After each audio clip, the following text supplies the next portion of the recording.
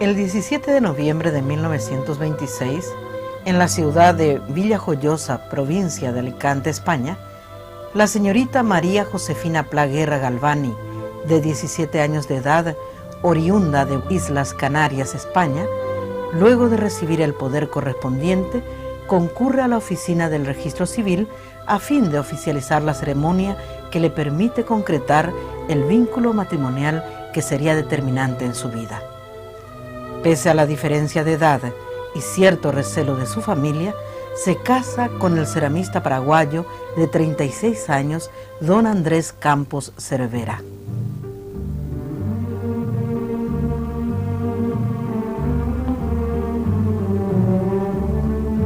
Inmediatamente después de la ceremonia, doña Josefina viaja a Asunción para reunirse con su flamante esposo, don Andrés Campos Cervera, ceramista conocido internacionalmente como Julián de la Herrería. Mi esposo era 19 años mayor que yo, pero nos integramos magníficamente. Nunca jamás nos acordamos, ni él ni yo, de que él tuviese más y yo tuviese menos. Lo conocí en una ciudad relativamente pequeña, considerada ciudad de veraneo, que se llama Villajoyosa. Mi padre mudó de funciones y de residencia en las Baleares, de las Vascongadas a los Baleares.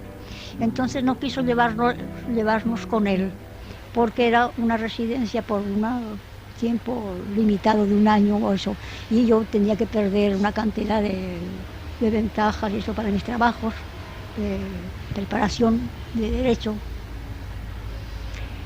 Mi padre quería que fuera yo abogada. Y entonces, como teníamos parientes directos, tías carnales, en Villajoyosa, nos dejó en Villajoyosa con una casa que por casualidad se dio en la misma calle que la casa de la tía María. Y entonces por allí la conocí a Niní Campos Cervera, que tenía muy poca diferencia de edad conmigo. Y cuando estaba hablando con Niní, hizo su aparición este caballero. Y lo primero que hizo fue hacerme un piropo por mi melena rubia, hermosa. Bueno, y ahí nos conocimos. Las coincidencias. Lástima que el acuerdo duró muy poco, duró 11 años solamente. Luego de 2 años de casado, el matrimonio se instaló en una casa propia, donde ambos desarrollaron una intensa actividad artística cultural, fundamentalmente para paliar la difícil situación económica por la que estaban atravesando en ese momento. Era un matrimonio muy extraño porque ella era muy enérgica y muy vivaz y él muy tranquilo. Tenía el horno de ceramista que estaba casi todo el día encendido. Yo los iba a visitar, yo era medio escultor y él creía que yo iba a ser escultor. Y venía Josefina de 1 o 2 diarios y de hablar aquí y allá porque era una actividad fabulosa. Bueno, entonces lo trataba el marido muy bien, ¿no? Pero qué actividad la de esta señora, qué maravilla. Era joven, enérgica, era linda, ¿eh? Tenía unos hermosos ojos brillantes. El primer recuerdo que tengo de ella es verla por la ventana de la redacción de un periódico de la época llamado El Diario. Rápidamente, doña Josefina se integra al quehacer artístico local y al mismo tiempo incursionó en el campo del periodismo en carácter de locutora de radio, así como columnista y corresponsal de periódicos de la época. Yo ya antes de llegar ya colaboré, porque mi esposo, es decir, el que era mi novio, se trajo una serie de poemas dedicados al amor y los dio a los diarios y publicaron 3 o 4, publicaron La Poetisa, que vendrá al Paraguay, que se va a casar con eso, uno. Y seguí. En el año 1934, doña Josefina edita su primer libro denominado El precio de los sueños, con muy buena aceptación en el ambiente literario, notándose claramente una nueva atmósfera en la literatura paraguaya, especialmente en la poesía. A partir de ahí se sucede una serie de publicaciones en forma permanente, abarcando diversas áreas del quehacer literario, sobresaliendo nítidamente el protagonismo de doña Josefina.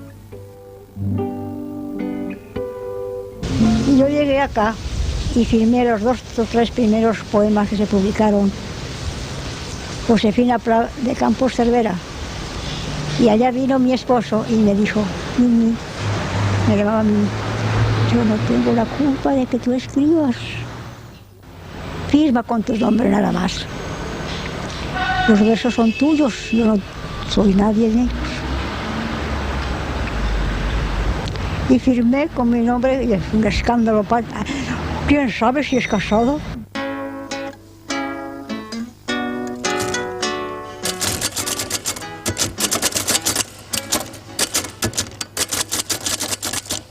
Cada palabra que recogí a mi paso me ha dejado en la piel su cicatriz.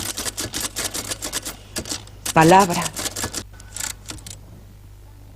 es sinónimo de herida. Cada palabra te abre como un cuchillo, como un nido en la voz. Por ejemplo, la palabra amor. Que el amor y la muerte son los 2 polos de mi poesía. Y en cierto modo yo considero que el amor es una forma de muerte y la muerte una forma de amor, pero eso es un pensamiento metafísico que necesita un largo desarrollo para poder llegar al fondo de ello, ¿no? Creo que he estado buscando expresar eso a lo largo de todos mis libros de poesía. He salido de casa tantas veces con esperanza o pena, con temor o alegría, o simplemente limpia la cartera, con el sol dentro o fuera, con el sol fuera o dentro, con lluvia o viento adentro, con lluvia o viento afuera. He salido de casa tantas veces y he cerrado la puerta tan a menudo para volver a abrirla a una hora cualquiera. Hoy salgo ya por ella dejando atrás mis penas y las de los demás, atrás las esperanzas mías que fueron de otros cualesquiera, de otros que fueron mías. Me voy irremediablemente sola y sin espera. La poesía es una manera de vivir también, y en el caso de Josefina Pla, que tuvo y tiene una vida muy intensa desde el punto de vista intelectual, de creación poética, también de orientación sobre todo. Una poesía que no puede calificarse como moderna, ni como surrealista, ni ninguna de estas etiquetas de identificación literaria que se usaban entonces, desde el surrealismo hasta posteriormente la vanguardia, ¿no? Y es una poesía muy, muy, muy personal, muy propia, pero llena de una gran intensidad poética y basada en ese modo de ser de ella misma, de enorme energía creativa, pero al mismo tiempo de crítica con respecto al entorno y de autocrítica con respecto a su propio trabajo.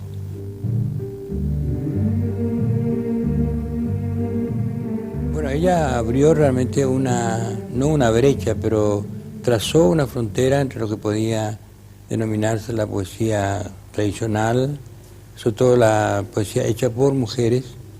Nunca me resigno a hablar de poesía femenina o masculina porque la poesía no tiene sexo, pero ella fue realmente la iniciadora de una corriente de poesía nueva que felizmente no pudo ser imitada por ninguna otra.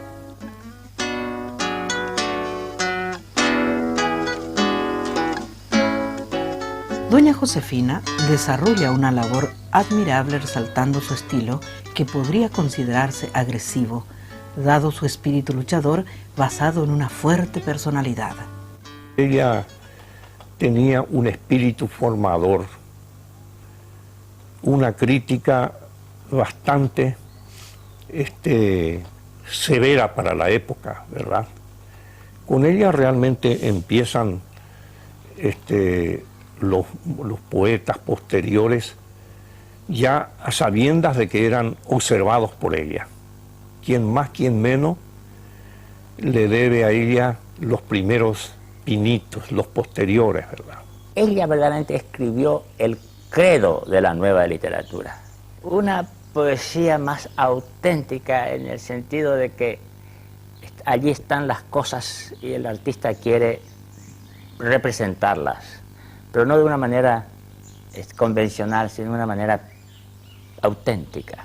Yo creo que uno de los resultados de su magisterio poético y personal precisamente reside en esta especie de nuevo modelo que de pronto, aún sin leerla, las mujeres jóvenes, las muchachas de nuestro país han percibido como lo que es realmente el descubrimiento de la verdadera dimensión de la mujer paraguaya.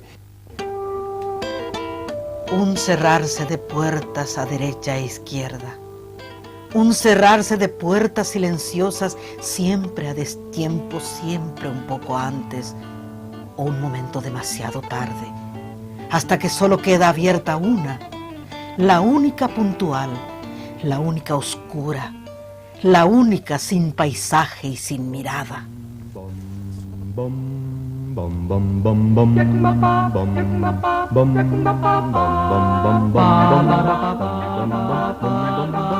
En la década del 40, ya viuda doña Josefina, desplegó todo su potencial creativo y en esa circunstancia es víctima de la situación política imperante en nuestro país a tal punto que soportó la intención de las autoridades de confinarla en la vecina ciudad de Clorinda, lo cual pudo sobrellevar gracias a su entereza y carácter, aumentando aún más su creatividad y actividad literaria y periodística, formando parte de un importante movimiento renovador de la literatura paraguaya, conocido como Grupo del 40. Bueno, el Grupo del 40 no fue una fundación en el sentido usual de la palabra, de crear un grupo con determinados propósitos. Fue simplemente una reunión de gente que tenía, de poetas y escritores de una gran afinidad, no en su obra misma, sino con respecto al tiempo que se vivía entonces. Estábamos un poco en plena dictadura de Morínigo. Nos formamos dentro de ese régimen con una gran vocación de lucha contra el poder autoritario, contra la represión, una cruzada casi un poco demasiado evidente de lucha contra la censura, la opresión y también por la recuperación de la dignidad humana. Fue un producto de reunión natural, digamos. Esto se produjo en la casa que un pintor argentino, Oliver Friedman, había alquilado ahí en la calle Luis Alberto Herrera, casi Iturbe, ¿no? Y ahí fuimos recalando poco a poco algunos escritores, poetas, intelectuales.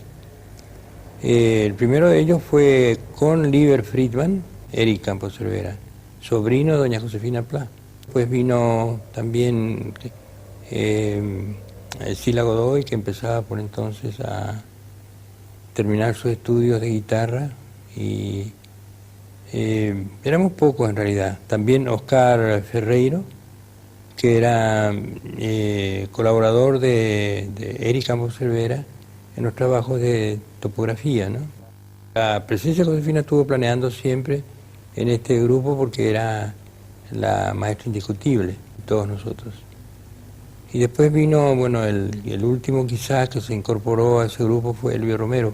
No éramos un grupo exclusivo, estábamos abiertos a las incorporaciones o colaboraciones que quisieran venir.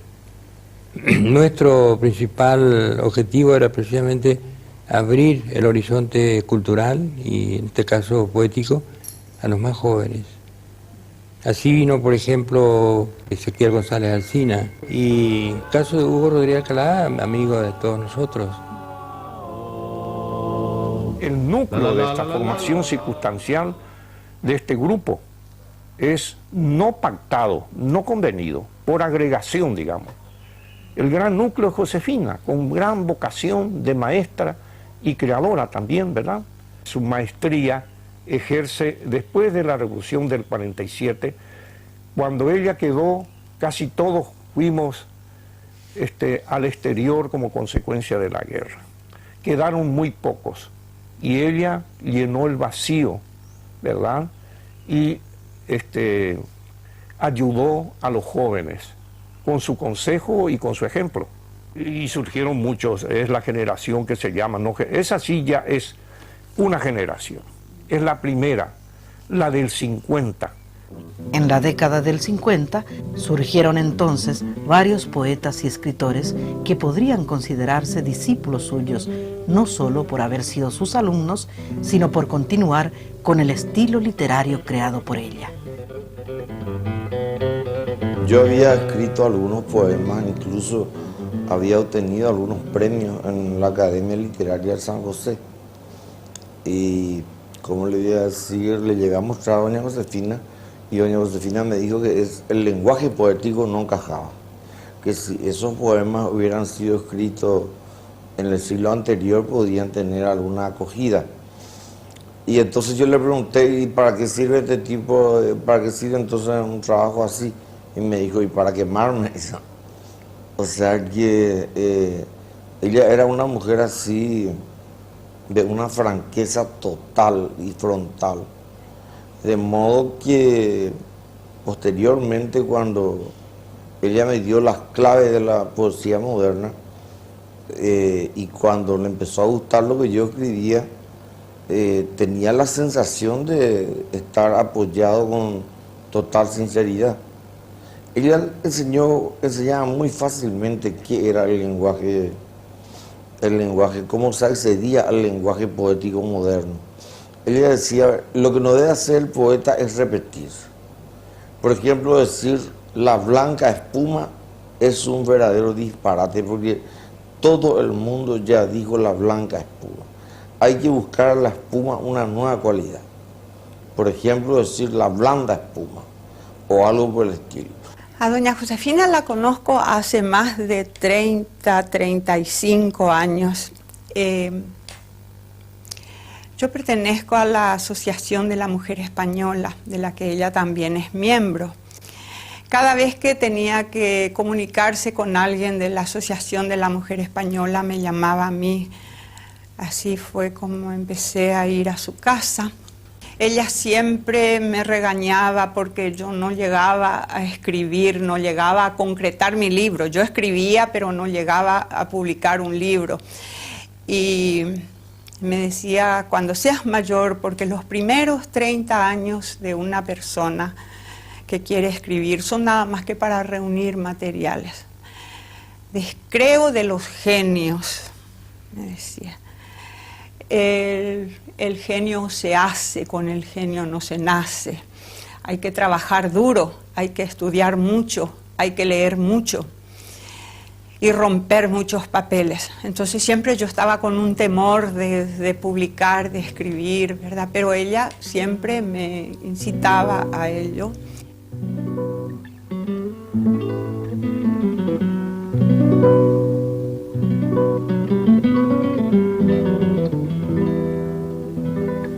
En doña Josefina se nota su afán de compartir sus conocimientos, sus experiencias y sus obras. Me llegaron en 1995, en el día de mi cumpleaños, por un halago que ella me quería mucho.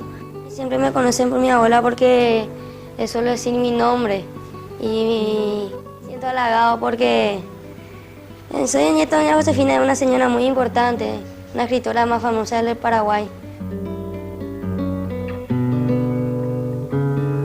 La obra de cualquier artista no estaría completa si no se proyectara hacia sus descendientes. En ese sentido se puede decir que doña Josefina también se ha realizado como madre de 2 hijos y actualmente abuela y bisabuela. Josefina Pla formó parte de muchos grupos. Se la conoce quizá más que nada por su obra literaria y crítica. Y yo creo que también por la parte de recopilación histórica que ella hizo de la cultura paraguaya. Tiene muchos libros, tiene mucho escrito, pero también, y eso es lo que en general no se recuerda mucho, la importancia que tuvo en las artes plásticas. Y ella, como crítica de arte y como ceramista ella misma, escribía sobre artes plásticas y también daba clases de cerámica. El precursor, el verdadero precursor, el que hizo aquí cerámica culta, con motivo americano, y en ese sentido, con el sentido de los motivos, en el terreno de los motivos, es precursor no solamente en el Paraguay, sino en Iberoamérica. La utilización del motivo terrígena actual o perteneciente al pasado, con mi esposo. Él realizó exposiciones acá, fueron muy admiradas, la última fue en 1929, pero no suscitó lo que podemos llamar el deseo de crear algo parecido, de seguir una huella. Él desde luego no tuvo discípulos, su único discípulo fui yo, y para eso tuve que aprender viéndole porque lo que se llama enseñar en el sentido de ser un maestro que habla y explica, tampoco. Murió mi esposo, yo regresé al Paraguay, el año 45, ya a 8 años de su fallecimiento, nadie había movido una pestaña sobre el asunto cerámica. A mí se me ocurrió dar una conferencia sobre cerámica en el Centro Cultural Paraguayo Americano y justamente en esa conferencia la quise ilustrar con piezas de mi esposo y lo hice así. Despertó un interés enorme y el Centro Cultural Paraguayo Americano patrocinó clases de cerámica a mi cargo.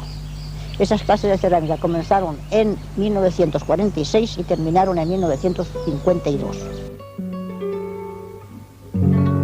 De sus clases de cerámica salieron realmente los mejores ceramistas entonces. Ahora hay muchos más.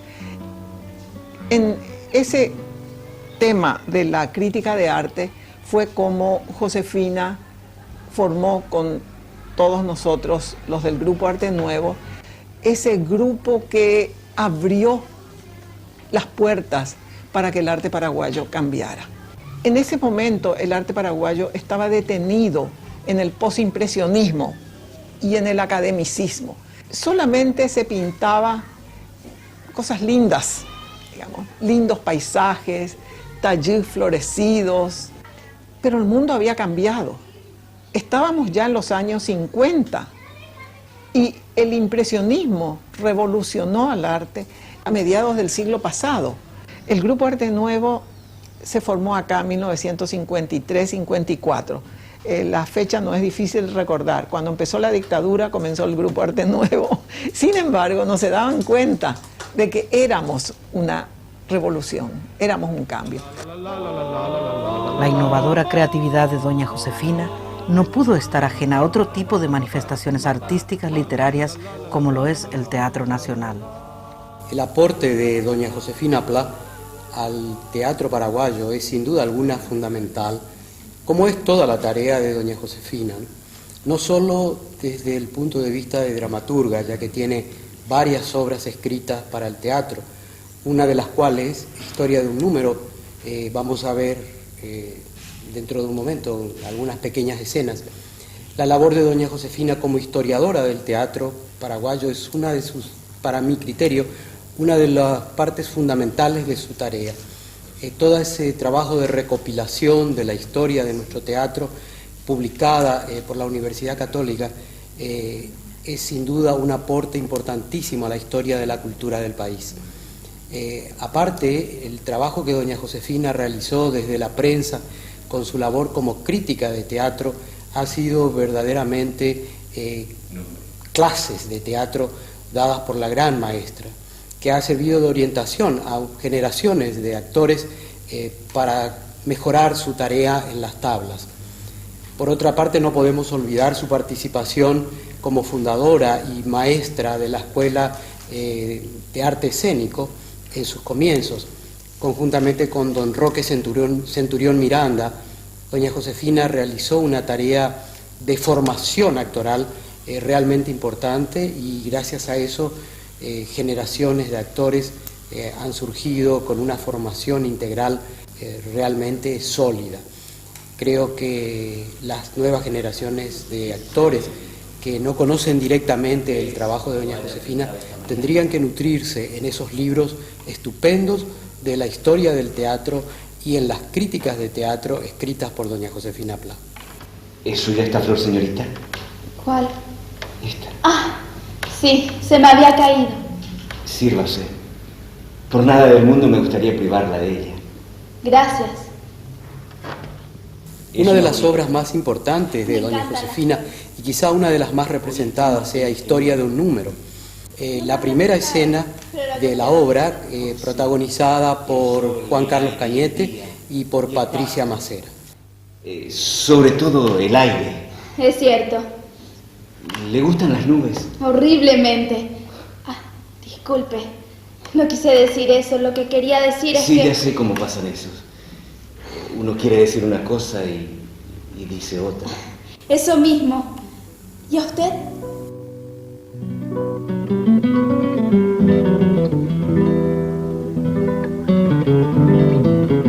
En la actual etapa de su vida, doña Josefina comparte con los demás sus más preciadas pertenencias.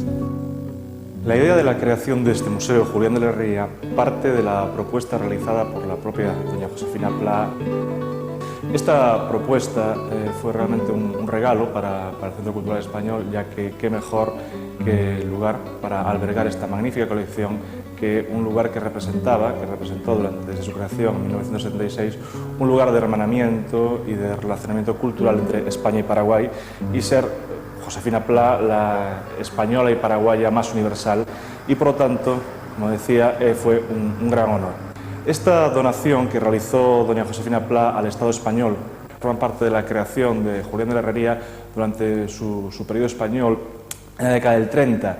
Fue una donación con la condición de que estuviese bajo la dirección de un funcionario español, es decir, en este caso el director del Centro Cultural, y con la idea de que no saliese nunca de Paraguay, salvo en el caso de exposiciones o de manera absolutamente excepcional.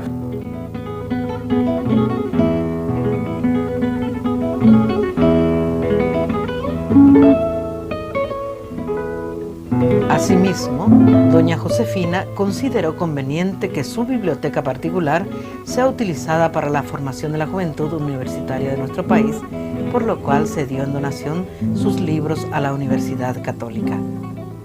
Esta es la biblioteca que ella formó durante toda su vida. La colección es aproximadamente, como reza en la misma escritura, de 2.500 libros. No solamente en esta biblioteca están las obras de ella, sino de otros autores paraguayos. Muy rica la biblioteca en cuanto a obras paraguayas.